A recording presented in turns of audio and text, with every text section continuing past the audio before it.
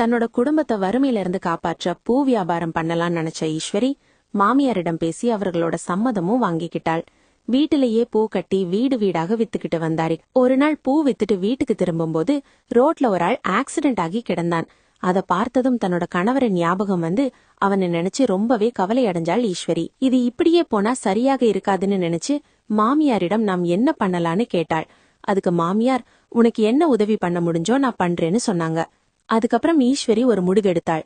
நாம் இப்படி வீட்லயே இருந்தா அவர் எப்பவும் குடிச்சுக்கிட்டே இருப்பார், நம்மள கவனிக்கவே மாட்டார், நம்ம வீட்டை விட்டு போயிடலான்னு அப்படின்னு முடிவு பண்ணி அவங்க எல்லாரும் வீட்டை விட்டு வெளியேறினாங்க.